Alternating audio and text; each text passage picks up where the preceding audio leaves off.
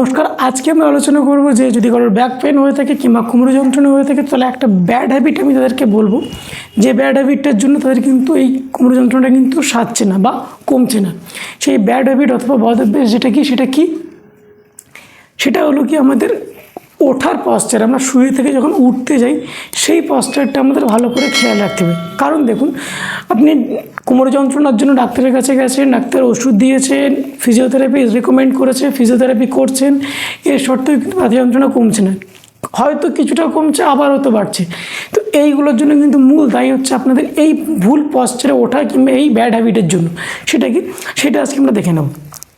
এই হ্যাবিটটা কিন্তু আমাদের প্রপারভাবে কিন্তু চেঞ্জ করতে হবে বা ছাড়তে হবে। সেটা কি, দেখুন, যখন আমরা এভাবে শুয়ে থাকি কিংবা যখন আমরা এভাবে শুয়ে থাকি, যখন আমরা উঠবো ভাবি, আমরা কী করি, ঝাট করে আমরা এইভাবে উঠে পড়ি। এইটা উঠলে কিন্তু আমাদের পুরো যে ব্যাক মাসেল কিংবা আমাদের যে ভার্টিব্রা কিংবা ডিস্ক যেগুলো থাকে সেগুলো কিন্তু একটা রিল্যাক্স পজিশনে থাকে। সঙ্গে সঙ্গে যখন আমরা তাকে ফোর্স দিচ্ছি, সেটা কিন্তু আস্তে আস্তে কিন্তু সেই জোরটা পাবে না। সেক্ষেত্রে কিন্তু ভার্টিব্রার চাপে কিন্তু ডিস্কের ভিতরের যে নিউক্লিয়ার থাকে সেটা কিন্তু বাইরের দিকে বেরিয়ে আসার একটা টেন্ডেন্সি থেকে যায়। যদি কারো সাইটিকা প্রবলেম হয়ে থাকে, তাহলে কিন্তু তাদের কিন্তু এটা মূল প্রবলেম হচ্ছে এটার জন্য। দ্বিতীয়ত হচ্ছে কি, আরেকভাবে আমরা কীভাবে উঠি, যখন কেউ ডাকলো, হঠাৎ করে মনে পড়ে গেলো যে আমাদের এখানে যেতে হবে, ঝট করে আমরা উঠে এইরকম চলে আসি। এটা যখনই চলে আসি তখন কিন্তু আমাদের পুরো এখানে কিন্তু ল্যাম্বারে কিংবা ভার্টিব্রাতে এবং মাসেলে কিন্তু প্রচুর চাপ থাকে। তার কারণ দেখুন, যখন আমরা এভাবে শুয়ে থাকি আমাদের বডিটা একটা রিল্যাক্স পজিশনে থাকে। ভার্টিব্রা কিংবা আমাদের যে ডিস্ক যেগুলো থাকে সেগুলো একটা রিল্যাক্স পজিশনে থাকে।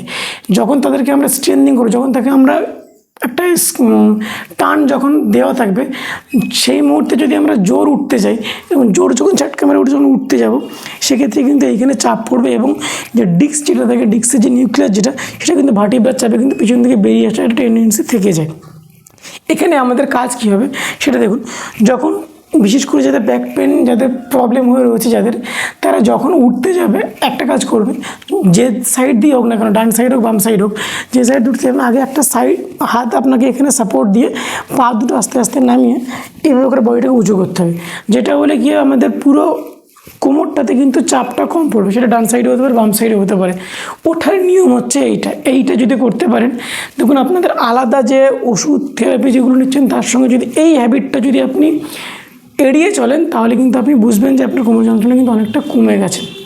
তো দেখবেন যাদের এই প্রবলেম যেটা বললাম, এটা যদি যারা এখনও পর্যন্ত এটা করে চলে আসছেন, তারা এটা বন্ধ করুন। তাহলে দেখবেন আপনাদের ব্যাক পেন কিংবা আপনাদের কোমর যন্ত্রণা কতটা রিলিফ পাচ্ছেন। দেখা হচ্ছে পরের কোনো ভিডিওতে এরকম হেলথ ইনফরমেটিভ ভিডিও নিয়ে। ততক্ষণ মধ্যে ভালো থাকুন, সুস্থ থাকুন। ধন্যবাদ।